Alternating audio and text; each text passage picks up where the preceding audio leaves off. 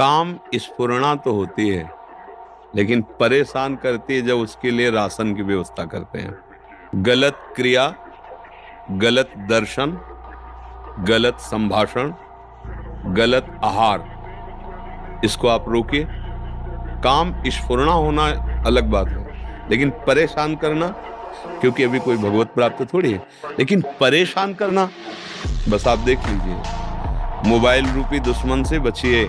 कुसंग से, जो गर्लफ्रेंड बॉयफ्रेंड वाला जहर है, इससे बचिए। ये भले समझ में लोगों को ना आवे, लेकिन हम जो कह रहे हैं उसको समझ लो। ये वो जहर है जो तुम्हारे जीवन को जड़ से नष्ट कर देगा। आगे देख लेना।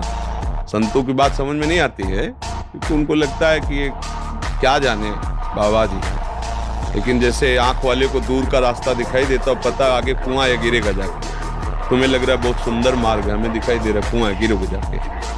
जो धर्म का नाश कर दे, जो हमारे अंदर वृत्तियों को भ्रष्ट कर दे, जो हमें विषयों का गुलाम बना दे, उसका जीवन मंगल में हो सकता है? कैसे हो सकता है? मोबाइल में गंदे चित्र देखना, गंदे बच्चों का संग करना, गंदे व्यसन, आहार, गंदी बातें करना, अगर ये बंद कर दो तो हम ये जरूर मानते हैं कि काम की स्फुरणा होती है। स्फुरणा होती है, थोड़ी देर फिर शांत हो जाएगी। और उसके लिए शांत करने के लिए नाम है। जैसे आग जल रहे हो, पानी मारो तो शांत हो जाता है ना, ऐसे चतुराशी जी के पद गाने लगो, काम वेदना शांत होने लगी। लिखा है, फलश्रुति लिखी। पर यदि आप गंदा दृश्य देखेंगे, बहुत घातक है, बहुत घातक।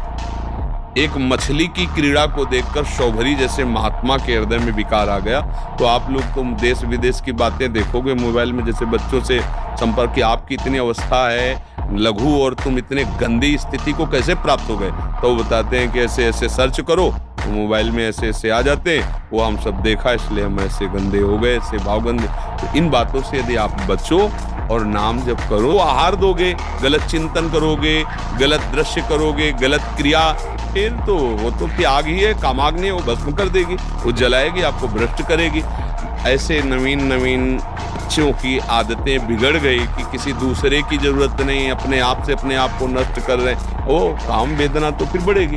अगर आप ऐसे दोषों का कहीं भी किसी भी तरह संग करते तो छोड़ दीजिए, तो ये प्रश्न खत्म हो जाएगा। परेशान करना, जब तक भगवत प्राप्ति नहीं होती तब तक ये वासनाएं स्फुरित होती रहती हैं।